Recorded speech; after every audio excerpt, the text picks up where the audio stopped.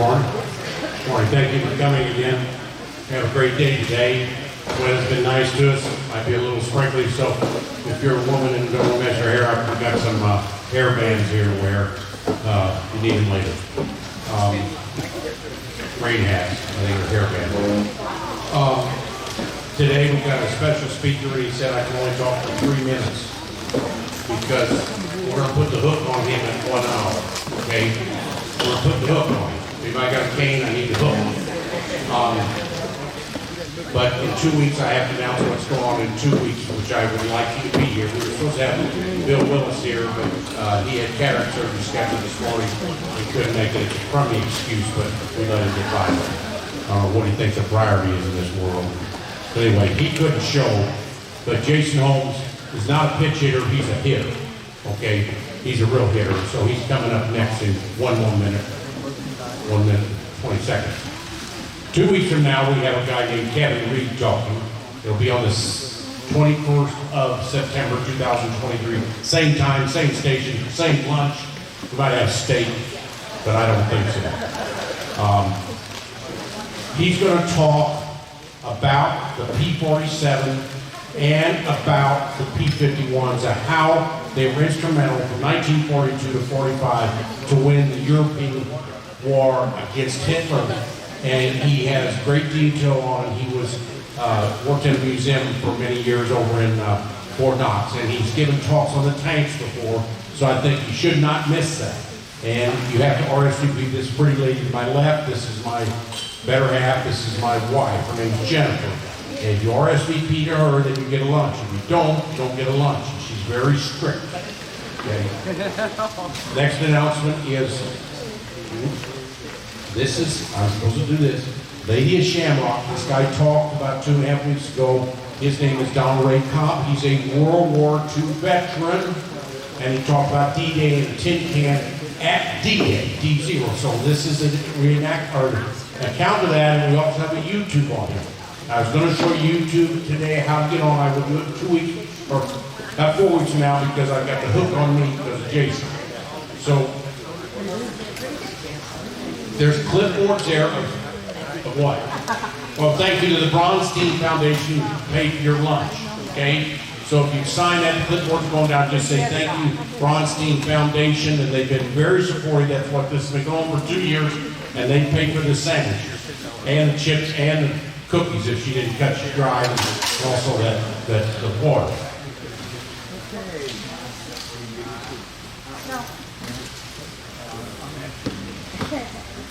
All right, so Mr. Holmes, or Dr. Holmes, or Mr. Holmes, Jayson Holmes, Dr. Holmes, he is a professor, and he's talked on Midway, and he's only given that talk 2,000 times, 2,000. So he gave us that one, and he also talked about Battle of Britain when he's a pitch hitter, okay? And he talked about Battle of Britain. Now he's going to talk about very influential things that happened in Europe in World War II and in World War II. He's an expert in World War II. He's a World War II nut, okay? More than most of you. And he's going to talk about really important things at World War II. So, Jayson, you have 57 minutes.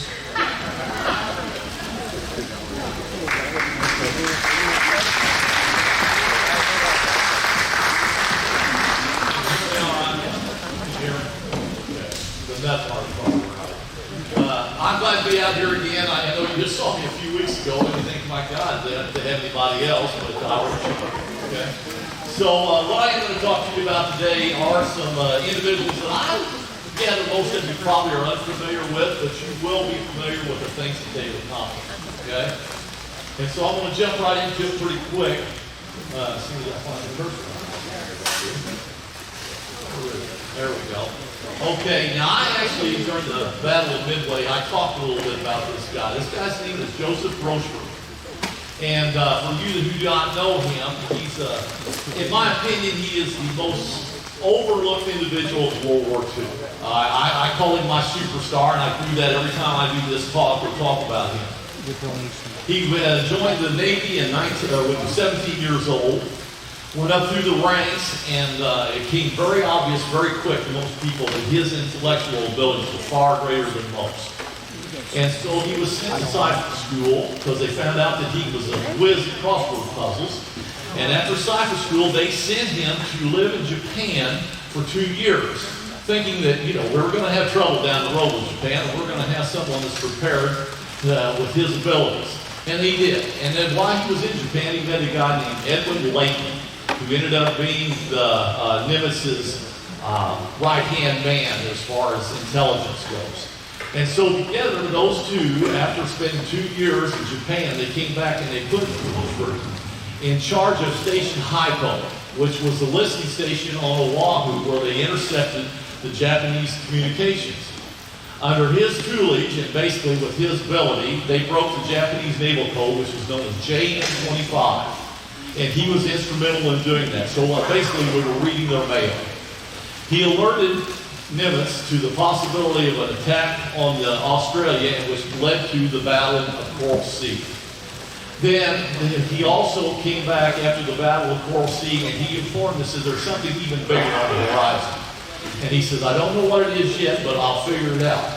And he did. He actually come back and he told them through a little trickery, he figured out that the next battle was going to be at the Battle of Coral, or at Midway, and he assigned his group the task of figuring it out. Nimitz went to him and says, look, I got to know specifics. And so what he did, he was able to determine through interceptions that, and he laid it out, the whole battle plan. He did it in 3 days. I don't think there was any other person in the world who could have done that.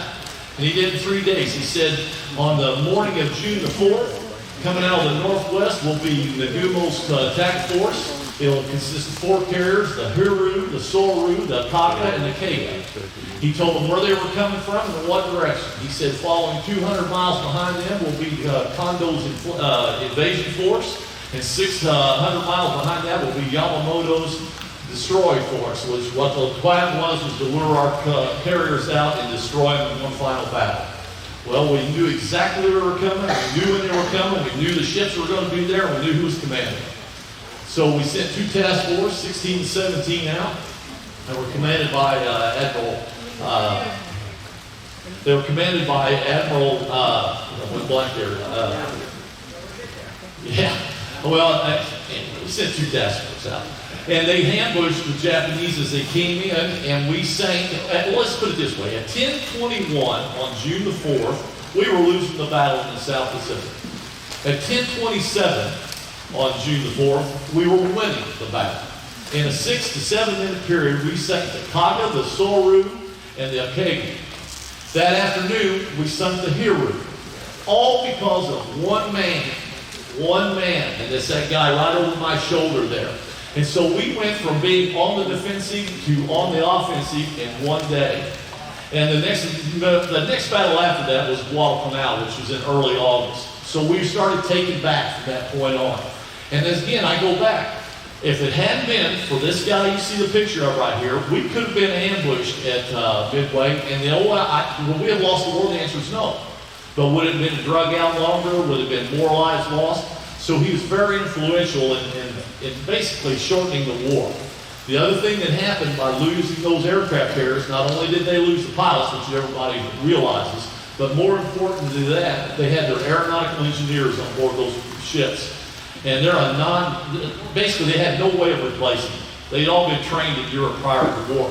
So the Zero, which was probably the premier fighter at the start of the war, was no better at the end of the war than it was at the beginning because they didn't have anybody to improve it. Again, the guy over my shoulder is mostly responsible for that. Unfortunately for him, he was a person that was what you might call kind of colorful, as a lot of eccentric people are. Were very, very intelligent. He was, was well known that he ran around in a bathrobe with slippers on.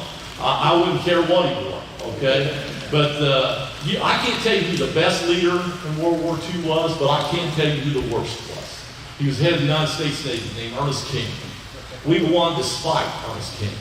And Ernest King had it in for this guy because he didn't go to Annapolis. He was non-conventional. He wasn't spit and polished, and he proved his people wrong on this battle. So consequently, he was very vindictive. He ended up taking him out of code breaking and putting him in San Francisco running a dock, if you can believe that. And when he was put up for the Distinguished Service Cross, It was denied by Admiral Penny. It went all the way up to him. He denied it because of jealousy, no other reason. And he kind of fell into a little bit of obscurity. They did bring him back into code breaking towards the end of the war, but he never received ever the accolades he should have. He got the Legion of Merit Award, which I don't know what that means. But in 1984, a guy named Aidan Layton, the guy I mentioned earlier, he wrote a book titled And I Was There, in which he spelled out what this guy had done for the United States in great detail. Because of that, in '86, he received the Presidential Award of Freedom from the President Reagan, and he also was given the Distinguished Service Cross. The only problem was he'd been dead for 10 years. All right, but at least his family got that. So as you can see, I have the highest regards for that, and I have the lowest regards for Admiral King, as you can probably tell. But the point of this talk is to point out people that made an influence that most people in here are not familiar with. You're familiar with the Battle of Midway. You know what happened. It was largely because of this man right here. Okay. I doubt anybody in here recognizes that, but I'm going to tell you who it is. That's James Bond you're looking at. Okay? Nah, that's the real James Bond. All right, now you guys all know that James Bond was written by Ian Fleming. I think there's not a person here who doesn't know that. Ian Fleming's role model for the James Bond character is that guy you see over my shoulder right there. That is Juan Peugeot Garcia. Curious. Raise your hand if you ever heard that before. Oh, good. Three or four of you. Okay. The point is that next to the Manhattan Project, the atomic bomb, and Enigma, the code breaking, he was probably the biggest secret the Allies had. They guarded his secret to the umpteenth degree. It is a colorful story. You would think I was making this up, or I got it off of a James Bond movie. He grew up in privilege. He grew up in Madrid, Spain. His dad owned a factory that manufactured dye that was used to color clothing. So he grew up with money. And he was an extremely bright youngster, but he was one with no direction in his life. They sent him to boarding school. That didn't work out so well. He just never really, all he wanted to do, and I can't hold this against him, he wanted to drink and chase women and gamble. Well, you can't hold that against the guy. But for as far as taking over the family business, he wasn't much into that at all. So he kind of wandered for a while. In 1936, he was drawn into they had mandatory service into the Army, and that lasted 3 months, but if you have enough money at that time, you could buy your way out, which he did. He was not much into the military thing. 2 years later, the Spanish Civil War started. Franco, as you're probably familiar with, he was drug in, again, literally drug into Franco's army. He defected after a short period of time and went over to the Republic, the other side. The other side was consisted of communists and socialists. He did not fit in there either. All right. His idea of a good time was going to the casinos dressed in suit and tie and gambling and other things. All right. And so he escaped. I mean, he literally ran off. And so there was a warrant out for his arrest. He had people looking for him. So he hid out for a year in an apartment in Madrid that was owned by a friend of his and his wife. And the friend eventually moved out and left him there alone, and he had to pay some little girl to live down the block to bring him food because he literally couldn't go out. He would have been shot or hung if he'd been caught. Well, the Republicans lost the election, as you know, but Franco came to power, and this just heightened his hate into hating the Nazis. I mean, he had a real hate because his father had lost his factory because of the fascists. His father had had a heart attack because of this and passed away, and he blamed the fascists or Franco. Franco was sponsored by who? The Germans. So he had a hate for the Germans. In 1940, this guy met a Bond girl. This turned out to be his wife. Now, every account I've ever read, she was stunning, okay? She was very tall, taller than him. Thin, had dark black eyes, dark brown hair, and when she would walk into a room, her presence was always noted, just like the Bond girls that we see on TV today. All right. And so they married in 1940. She was actually more ambitious than him. She came from a little bitty town in northern Spain. She wanted out of that town, and she used her looks to get out of that town. And so she hung out at the casinos, the fancy dresses, she played up to the people with money, and of course, one fell right into that trap. And they married, and after they married, they moved to Lisbon, all right? And Lisbon's in Portugal, a neutral country, because he was still afraid, he was still a wanted man to a certain degree in Spain. Well, he decided, I don't know how you do this, but he's sitting around one day and says, he tells his wife, you know what? I think I'm going to be a spy. Now, who the hell does that? I'm going to be a spy. Well, that's what he did. So he goes to the British Embassy, and I got to tell you how Lisbon was at this time. This is 1940. Lisbon was the Disneyland of spies. Everybody was a spy. It was an open city. It was the only city that still had an airport where you could fly to London or you could still fly to Berlin. And there was, it kind of, if you've all seen Casablanca, which I'm sure you all have, it was kind of like everybody was ricks, okay? They were everywhere. And they were all spies. So he walks into the embassy and he says, well, I want to spy for you. I mean, yeah, okay, sure. You're a Spanish national who's run by a dictator who's a fascist and you want to spy for us. He didn't get past the receptionist, all right? So he tried a few more times. Tried to join and help the British. He says, I'm around all these Germans in these casinos. I've got contacts. He wouldn't give him the time of day. So he tells his wife, he says, well, I'm just going to go help the Germans then. He says, I'll be a double-cross spy. In other words, he's going to be a secret agent and feed information to the British. And he does. He walks up to the German and says, hey, I'm going to be a spy for you. And at first they were skeptical, but I tell you what he did. At one of these big extravagant parties, there was a diplomat there from Spain who had his credentials with him. He stole them. And he took them to a less than savory shop, and they copied them.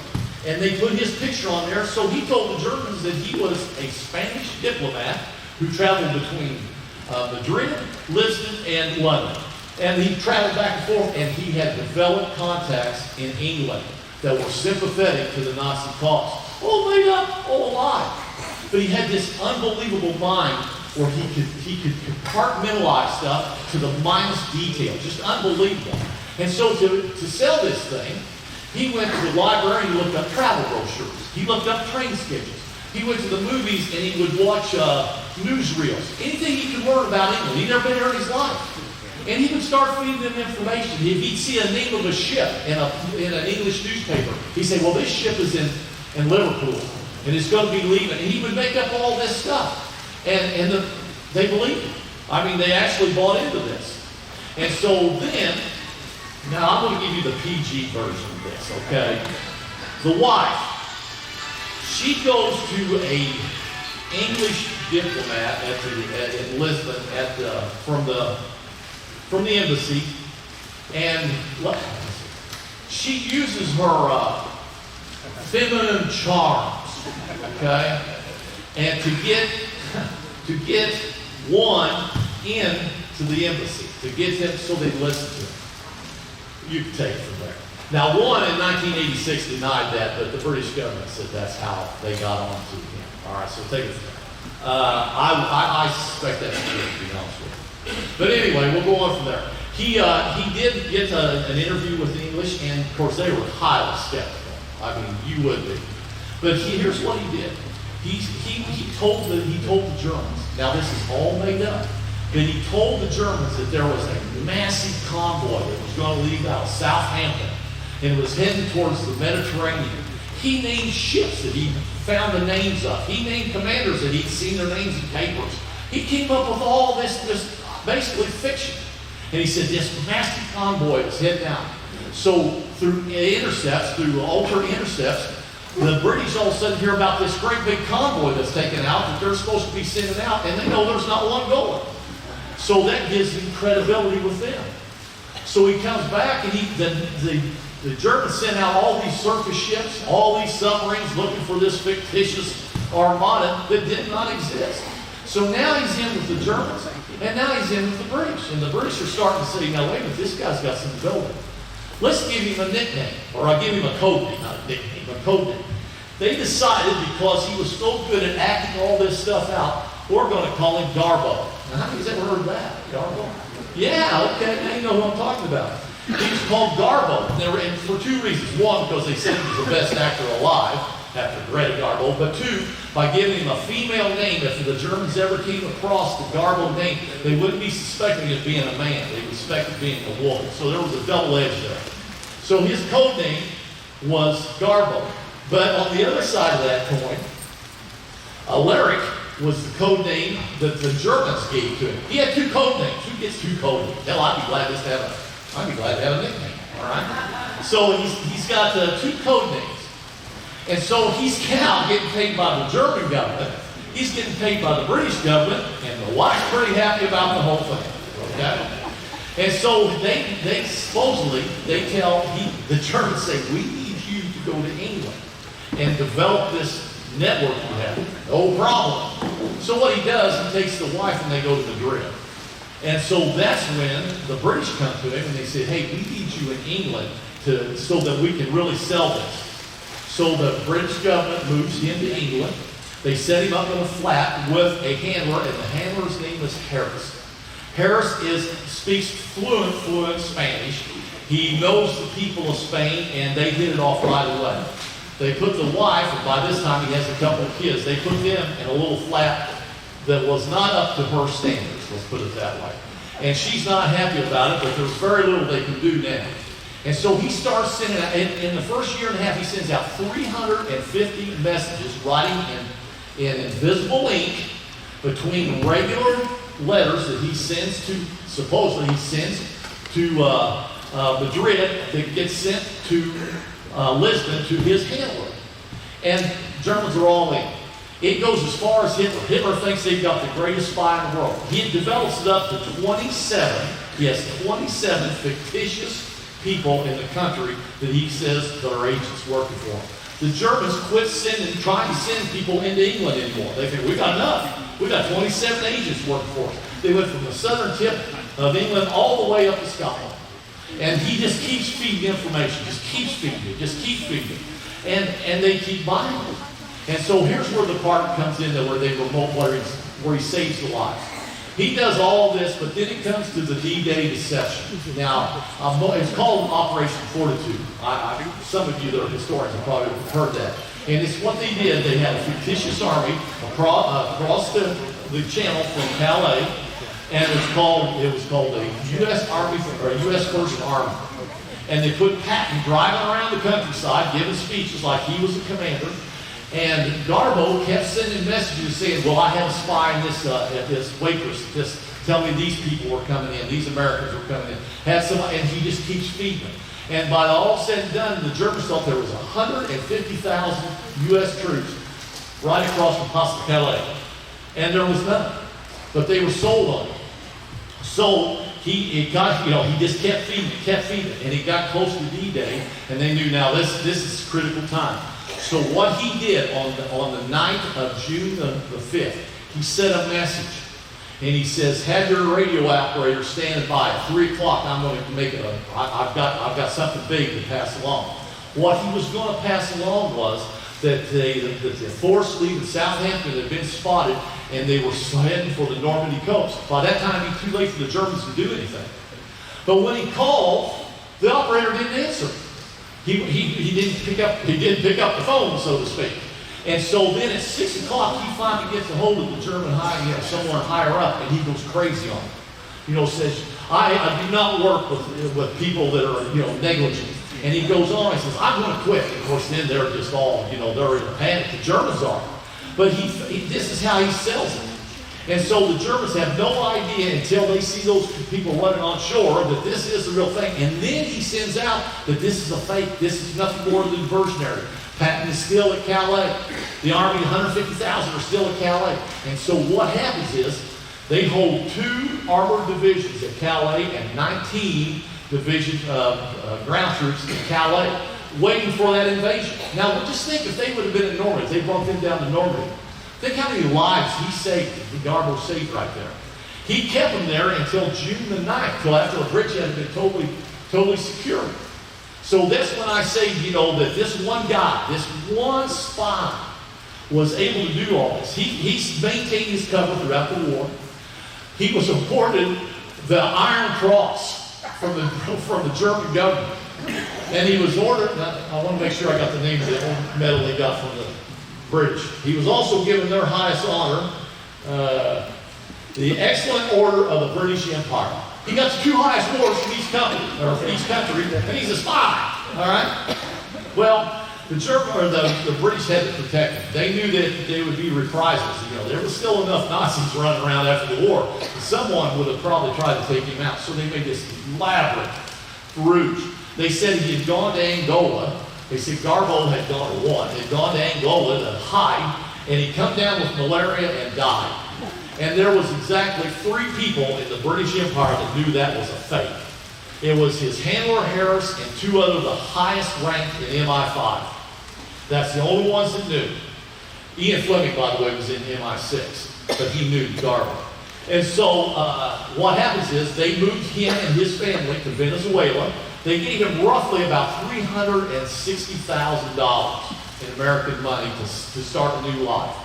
He did. He opened a shop up that sold souvenirs in Venezuela and started living a very mundane life. His wife was not happy. She divorced him. This was not her lifestyle. She didn't buy into this.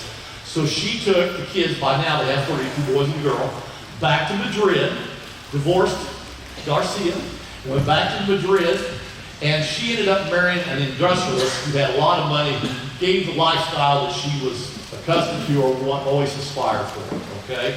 So you can't tell me good looks sometimes can't buy you love. I don't know, whatever. But anyway, so, but Garbo, for one, he married a local gal, had 2 more children, and for 36 years, he ran this little shop that sold souvenirs, and Harris, his partner in crime, if you will, was killed in a car wreck in 1956. So that meant there was only 2 people in all of England that knew he was alive, or he even existed. And they weren't sure he was still alive after 36 years. They thought maybe he was dead. Then on the 40th anniversary of D-Day, they had clubs. They still have these. I have a friend that's lived in England. They still have these clubs where people hang out. Bankers hang out at this one. Lawyers hang out at this one. You know, they're good old boy clubs. And they have one for MI5 and MI6, basically spies, if you will. Just out of the blue, Garbo walks in. No one's seen him in 36 years, and all of a sudden, I mean, here he is. And they can't believe it, you know? And so he is treated with the what? He even gets an audience with the Queen, all right? And so he becomes this big celebrity. Now, it was British policy never to release a spy's name, never, ever, unless the spy released it himself. So now, all bets are off. Garbo, there's one. He's out. They take him to Normandy, and he meets not only the British, he meets the German leaders. I mean, he is the celebrity at D-Day. And so he has this big week-long or 2-long, kind of this big hurrah homecoming, and all everybody patting on the back and telling how great he is. And then he goes back to his life in Venezuela.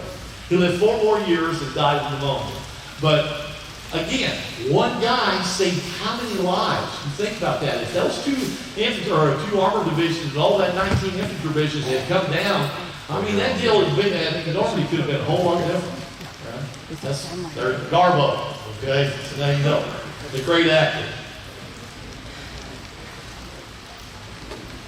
Okay. Come on, hold your mouth up. Got it. All right. This is Wagner Thornton. Wagner Thornton, I think his first name's Charles. This is Wagner Thornton. Wagner Thornton was with John Howard, and their job was, they were commandos, they were the first British Airborne. They were commandos, and they came in gliders into Pegasus Bridge. The significance of Pegasus Bridge is this. The beaches in Normandy, the Americans were on the far right, which would be Utah. The British were on the far left, which was Sword. This Pegasus Bridge was right behind Sword Beach, or up from Sword Beach. And the deal was, they flew in there and landed at about 3 in the morning in gliders, 3 gliders, 60 of them total. And they, within minutes, they overcame that with small garrison and took that bridge. And their orders were simple: hold till relieved.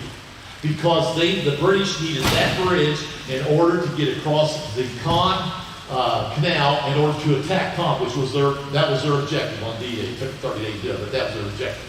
All right, so they had to hold this bridge. All right, Wagner there, he was assigned that, see that thing he's carrying right there? That's called a PITA, P-I-T-A. That's the, well, that was good. That right there. There's Pegasus Bridge. I forgot to put that up there. I want to show you something. There's a glider. See that glider? I don't know where you can see that or not. Right there's one of the gliders in the background. There was 3 of them. That's how close they landed and jumped out and overcame that little garrison. It didn't take long. The very first person ever killed was a lieutenant trying to run across that bridge, and he was hit by machine gun fire. The first person that was non-airborne that was killed in D-Day. But that was the only one they lost. That was the only one. There's a couple others wounded. That was the only one that was killed. And they took that bridge, and after they took it, they held it. Well, just before dawn, Wagler was assigned, which would have been over here. There was a row of houses right here, and there was a crossroads that came here into this T, right like that, okay? Wagler was right here. I think it's a cafe. Now, don't hold me there because I didn't have time to research all this again. I'm doing a lot off my head. But it was a cafe, and that's where he was assigned to stay. He was given that pin, and it is a horrible, horrible weapon. This is it. You put a projectile right there, an anti-tank projectile, it's spring-loaded. You sit on your butt and you pull this thing back, it's got a spring. I mean, who in modern warfare has a spring-loaded gun? That sounds like something I grew up with. I shoot my brother in Evansville, But anyway, it was spring-loaded. And it would shoot, now this is great, it would shoot 30 yards. Sometimes it could go 50, but you never knew, all right? And so you couldn't really aim it, you just had to hope for the best. And according to everybody that I've read and shot one of those, you wouldn't believe, but it had a tremendous recoil. And he said it gave you a wallop. That was Wagler's word. It walloped you. But the 9th of June, or early morning, June the 6th, he was stationed there by that cafe. He heard a column of tanks coming. Now, you know as well as I do, a column of tanks is going to go right across that bridge, and within minutes, they would have that bridge taken back. What are you going to do about that? Nothing. All right? So here they come, rumbling. When we hear them coming, they turn that corner, and Wagler steps out from behind that cafe, right in their path with that piece of whatever, and he fires that anti-tank missile, and just whether it's a good Lord looking after him, blind luck, whatever you want to put it, it hit in the most perfect spot on that lead tank. And within a minute, that lead tank started bubbling up into just an inferno. And the men inside were trapped, and they were screaming. I guess it was a very macabre scene. They were screaming, they were burning alive. And then the ammunition started to cook off. And the column behind them, I mean, they stopped and they see this thing and going up in front of them. That's their leader. And everybody's screaming and they're, dying. They said they think, which rightly so, they must have an anti-tank medic, gun over there somewhere. Not that thing. And so they back out. They run tail. And so what that did, that preserved the bridge for the British as they come off Sword Beach into Common. One guy, Wagler. Now, after the war, I think I mentioned this guy to you when I did my last talk. I'm not sure if I did. I'm not too sneezed. His name was Stephen Ambrose, probably the leading World War II historian. He wrote a book called Pegasus Bridge, and he went over. Wagler was still alive then, and he lived in a little hamlet in rural England. And he went to his house and he talked to him, interviewed. And they talked for over an hour. And as he got ready to leave. Now, this is so typical of World War II guys. I've been around for years. I've gone to Europe with a bunch of them. It's never them. Never them. It's always the other guy. Wasn't me. I was just doing my job. There's the other guy. They're all like that. Not one or two. All are like that. And this is typical. As he gets up, Ambrose shakes his hand. And he says, he tells Ambrose, he says, now, don't you go out there making me into some kind of a hero. Now, that's what he told me. Ambrose had the best quote I have ever come across, his response to that. He said, Sergeant, he said, it is not my job to make heroes. It is my job to write about it. And he left it. And that is the truth. And that quote has stuck with me. And I read that book 30 years ago. That quote stuck with me because I have seen that in person so many times. That generation, I should have been born in that generation. Probably killed, but I should have been born in it, all right? I mean, it's unbelievable what they did, and it was never them. It was always somebody else.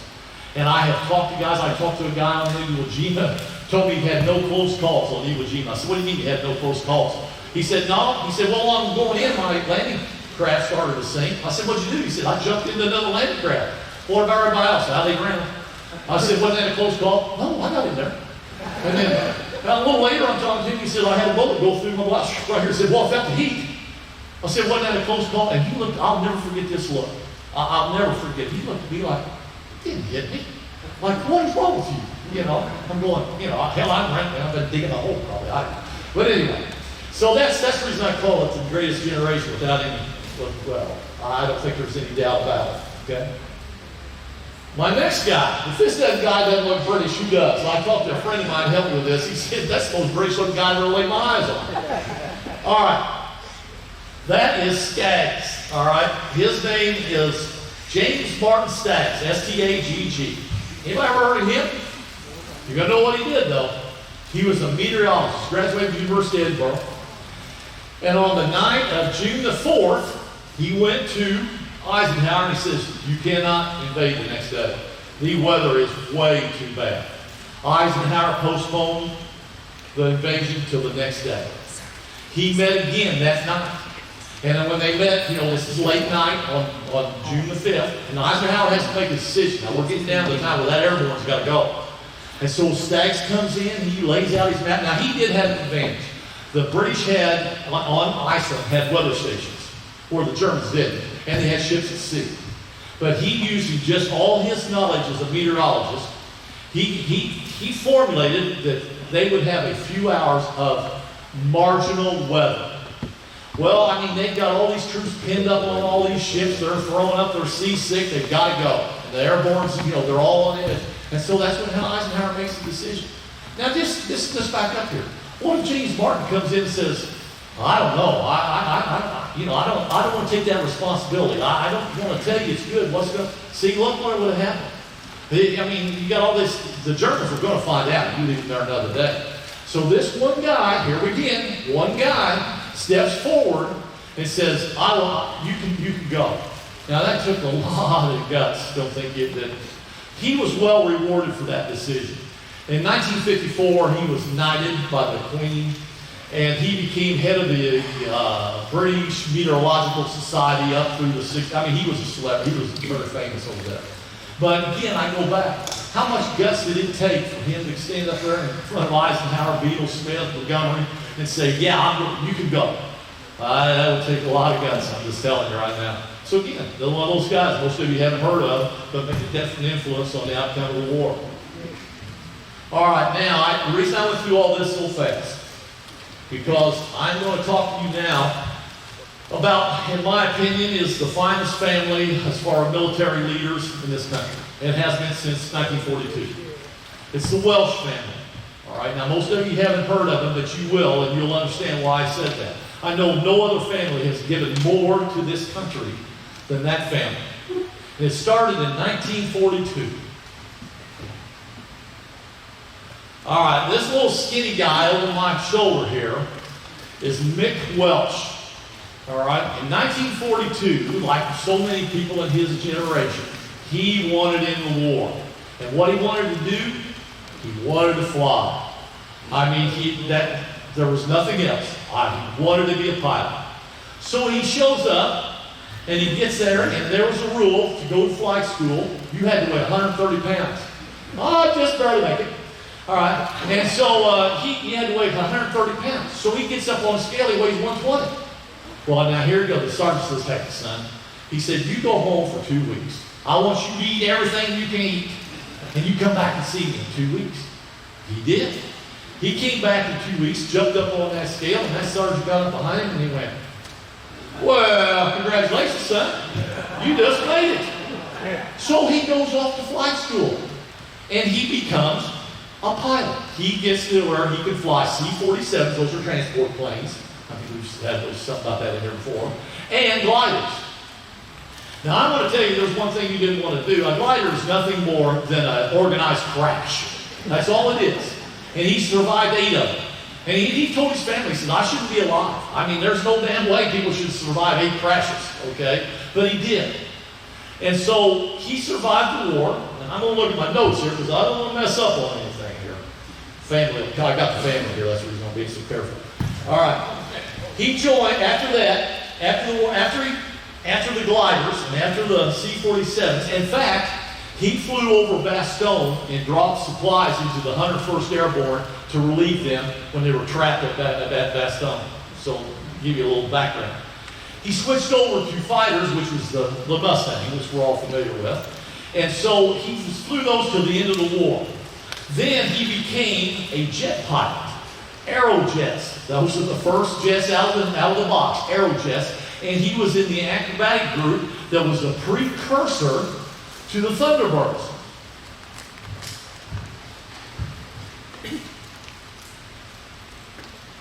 This maneuver you see is called the Delta Burst. He designed it. He came up with it. That's his invention, the Delta Burst. This is a mainstay of the Thunderbirds today. It's where they all come up there and they all just, I'm sure you've all seen it. Well, it was Mick Welch was the one that designed that. He came up with it. So Mick, again, is a fighter pilot. He fights in Korea, flying jets, stays in the service, goes through, fights in Vietnam. Well, I think in Vietnam he was war with commander. He did his fighting, but he was over. But he served the country for a total of 36 years. All right, retired in 34 years. He retired in 1976. All right. When he retired, upon his retirement, I'm going to read this because I'm not going to screw this up again. I got the again. I don't know if family. This is what he did. Just something. Now this. Look. I'm going to read one paragraph. During his 34 years, he wore the uniform. Dad served in 3 wars. His son wrote this. 3 wars. He participated in the largest combat glider assault in history. He was awarded the Silver Star, the Legion of Merit, the Distinguished Flying Cross, 2 Bronze Stars, 8 Battle Stars, 16 Air Medals, and was nominated for the Medal of Honor. Just a little thing like that. Okay? He had, along the way, he had 7 children. Him and Peggy, his wife, had 7 children. They had 5 girls and 2 boys. So if you really want to know where combat started, it was probably in the mornings trying to get in that bathroom with those 5 girls. I'm sure that was hand to hand. Okay? So out of that, one of those sons was named Mark. Oh, I want to show you one more picture. This is outside the Pentagon. I'm sure some of you have been to the Pentagon. That's a sculpture that Delta Burst, that was the inspiration for that. That's right outside of it again, going back to her dad. Come on. This is General Mark Rush. Well, he didn't start out as a general, if you can believe that. He graduated from the Air Force Academy in 1976, Colorado Springs. He started a meteoric climb up the ranks. He was sent back to school for various education. I will read again, not to mess this up. He would, a year after graduation, he received his wings, fly the F-14. He went to the Air Combat College. He got a master's degree in computer science and management from Webster University. He went to Army Combat School. He went to the National War College. He was a fellows on national security at Johns Hopkins. He was a fellows in Ukrainian security and study at Harvard. He was a fellows at MIT. He went to Harvard Business School, and besides that, he was a good guy. So that's just a little of his credentials as far as his education. He was commandant of the Air Force Academy. I read his speech. I think that someone gave me a book, maybe it was his daughter, gave me a book that said, listed the 50th greatest speeches ever given out in public. His speech to new cadets, he'd give you chills to listen to it. And I hope, and I'm going to do my best, if he ever comes up here to visit, I will get him in here. He is a dynamic speaker. I've seen him on YouTube. Dynamic. All right? And so after he was a commandant of the Air Force Academy, he went to the CIA. He was the liaison between the military and the CIA. After that, during the first Gulf War, he was the lead fighter pilot flying F-16s overall with all NATO forces. During the second Gulf War, he was the commander of all NATO forces. He was at Ramstein Air Force Base and was commander of all forces in the Second Desert War. Then President Obama made him head of the United States Air Force. He was one of the Joint Chiefs. He was Chief of the Air Force. So he served 4 years as head of the United States Air Force. And he retired. When he retired, he was on the board for several of these big, all these different manufacturers for wartime materials. You know how they always hire all these ex-generals. But then they came to him and they made him head of the George Bush School of Government at Texas A&M. And then about 2 months ago, they named him president of Texas A&M. Well, what do you do with his life? You know? And so I played golf with him one time right up here at Cambridge. He shot 2 under par at Cambridge. So you guys that are golfers know how difficult. You know what I told him? He hadn't been doing enough general. That's what I told him. So that's his life. But that's not what these two are. I'm not. This talk is not about Mark Welsh or Mick Welsh. What this talk is about is a sergeant that walked up behind Mick and put his foot on that scale. Now you think about it. Would he have been head of the United States Air Force? Would Mick Welsh been put up for the Medal of Honor? A sergeant, one guy, made the difference. And that's what this talk is about, is how one person can make a difference. And I've seen this all through history. I mean, but in World War II, I mean, I had to pick out 5 here. I had to cut this down. But there's many, many examples of this. Now, sitting right over here, if you raise your hands, okay, you're a little baby. That's the Rogers family, all right? Buddy and Puff Rogers. Puff, the one that was brave enough to raise her hand. Mick is her father. And Mark is her brother. So when I tell you the Welshman, yes, she's getting the stuff. So when I tell you that family has sacrificed as much for this country as any, you can take my word for that, all right? I'll throw another one in there. Her brother-in-law was one of 6 pilots to fly the newest winged fighter, the B-21, the one that's the stealth. He's the commander of that. So her brother-in-law is head over the top secret plane in the world, and there's 6 of them that flies it, and he's the commander of that outfit. So you tell me that's not serving our country. Yeah. Okay? So that's the reason I picked that out. That and her husband threatened. So just be careful. So anyway, and I think when we're done here, that if you've got any questions for Puff, she will be glad to answer and tell you about her family. She can do it in much more detail than I can. She's got cousins and everything else that have served this country. Well, the family has known nothing but service to this country. But the funny part about this is, her husband, when he first met Mick is a little bitty guy. Now, kind of reminds you of Alan Sanderson, a little bitty guy. And he said, I just thought he was a guy that liked to sit in front of the TV and watch golf and drink gin. He said, hell, I didn't know all this. But Mick never talked about it. And that's the thing I want to emphasize to you. When I talk about these one people, I can't tell you how many times I have talked to these veterans. There was one that his brother told me, he said, well, he won the Bronze Star. So I went over there to see the guy. I didn't know it. I knew his brother. I said, you won the Bronze Star? I said, yeah. I said, how'd you do it? He said, doing my job. I said, I know, but what did you do? He said, what they told me to do. I grilled him for 5 minutes. He would not tell me. And I went back and told his brother, he says, well, I thought maybe you'd get it out, and none of us in the family know either. Just happened on an island in the South Pacific. He's never to this day told us what he did. And this was, 30 years after the war. I have met so many guys like that. I met that guy again, that the bullet went through his blouse. He walked in I talked to the university, he walked in my office and sat down. And I go, I'm an 80-year-old guy, so can I help you? And he says, pull out a book. He says, that's me.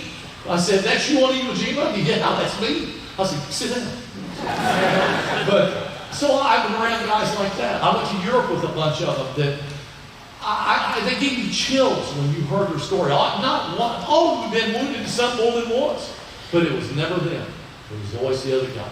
The heroes are still over there. I just did what I'm supposed to do. Not one time did I hear one of them say, well, I've had that for me. Never. I've never heard that in my life. Never. And that's the reason I chose this topic. Okay? And so I'm a big believer in that generation. I'm a big believer in World War II because I've studied it for 50-some years. And I'm a believer in this museum. So I'm glad you all come out every week. And I promise you I'll probably be the last time I get up. This is my 3rd time. I think you'll probably get tired of seeing me. But you know, if you want to talk to Puff after we're done, I'm sure she'd entertain questions about her family. And again, thanks to God for giving me a little more time. I told him I need a little more. Thank you very much.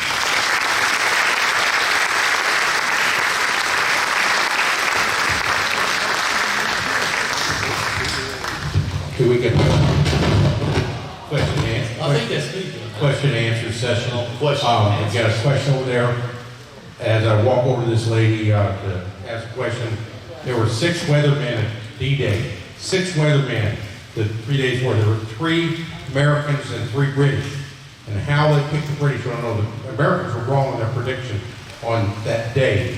But the English, they had all these new techniques. But the English, how Eisenhower believed him, and he was correct in believing English, but he did do that. Can you comment on that, Jayson, before we get back Yeah, to that's that? true.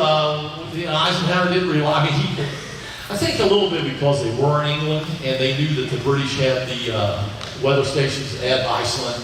I think that was a little bit of an influence, you know. But if nothing else, the way I read it, now of course I wasn't there, but the way I read it, Staggs was so forceful in his conviction. In other words, he said, hey, you're going to get some marginal weather long enough to, and the truth is, if anybody studied, weather never really made a factor in the land. It never did. Now, it was rough, but they can land all right. So yeah, that's right. I'm curious, who's the sergeant that put his foot on the scale, and how do we know that happened? I know that happened. I do not know his name, but I know it happened because Mick, before he passed, the family gave him a cassette recorder, and at night after he had his gin, he would sit down and he would record, starting from 1942 on, his memoirs. And if I remember, I'm maybe the only person outside the family that's ever heard these tapes. There's 6 of them. And as I'm listening to those tapes, I heard that story.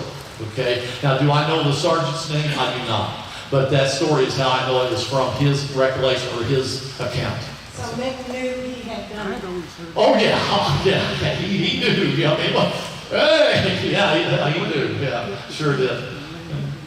Yes. This is Mr. Brett Holt. He's a retired Navy.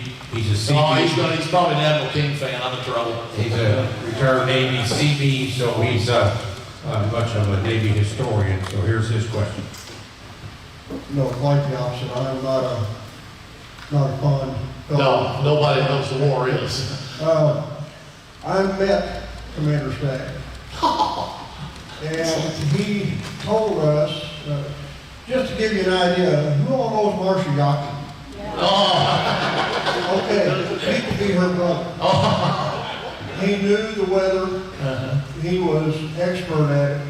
And he said, I did nothing more than my job. They wanted to know what was going to happen. He said, that's what I did. I told them what was going to happen, and I could do nothing more. Tell me that didn't take a lot of guts, though, to say, you got Beetle, Spence, Eisenhower, Montgomery stand and say, well, you know, don't worry. If you put yourself in that position, it was not guts, it was dedication. Well, there is that, too.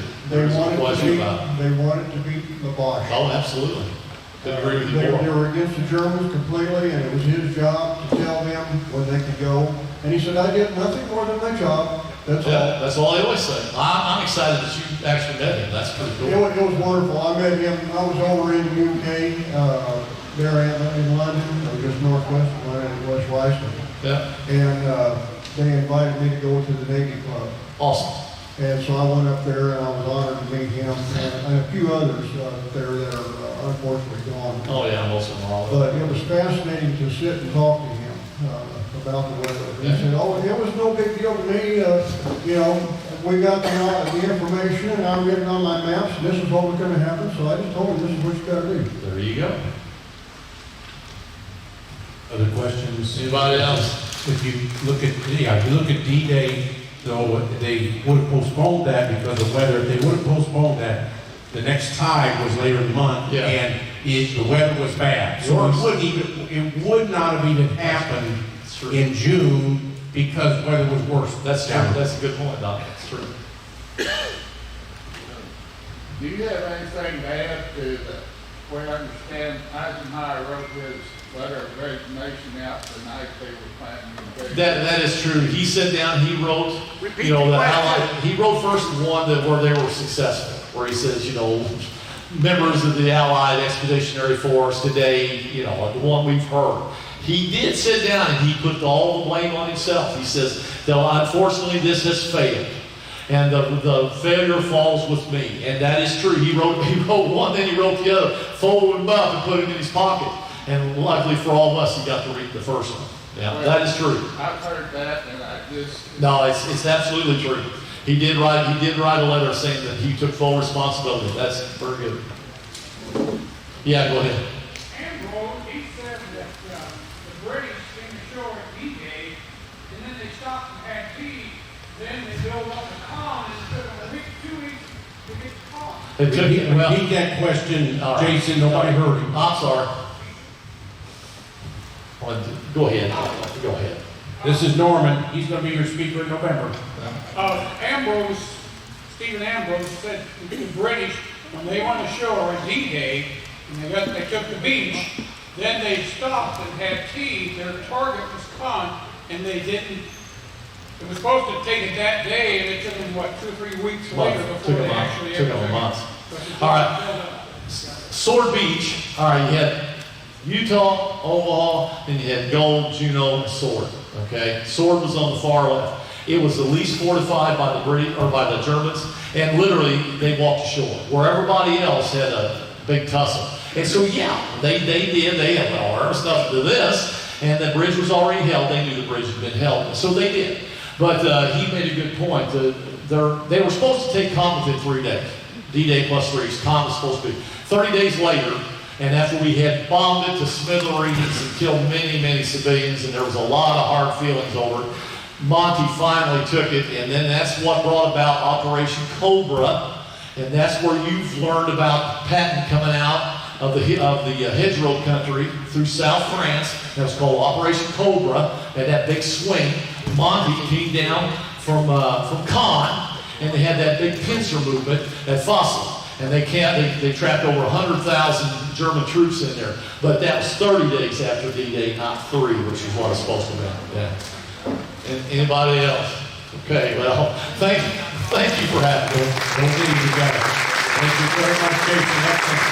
You got a couple of announcements before you leave. There's 2 people back there from the Evansville Public Library. They've been here every month, but they are excellent searchers if you want to know anything about war history, about something in Evansville. They got the Evansville database that goes from about 1880 to 1999, everything in the newspaper. They're excellent searchers. They're at the back table over there. They've been here. Please utilize their service. If you're interested in anything, they can find it in the newspaper. So try to utilize their services. A second announcement is that I just got a 37-minute movie on Iwo Jima that was done with a 98-year-old, and only 5 people in the world have seen it. If anybody's interested in seeing that, we will show it sometime after one of these events down the road. Or if you're interested today, I'd be glad to show it. But it's 37 minutes, and nobody's seen it in the world except 5 people. So this is the end of today. We'll see you the 21st. That's the first day of spring. No, first day of winter. No, fall. First day of fall. First day of fall of 2023. So we expect here the weather's going to be just right in this hangar. And have a good month, okay? Adios.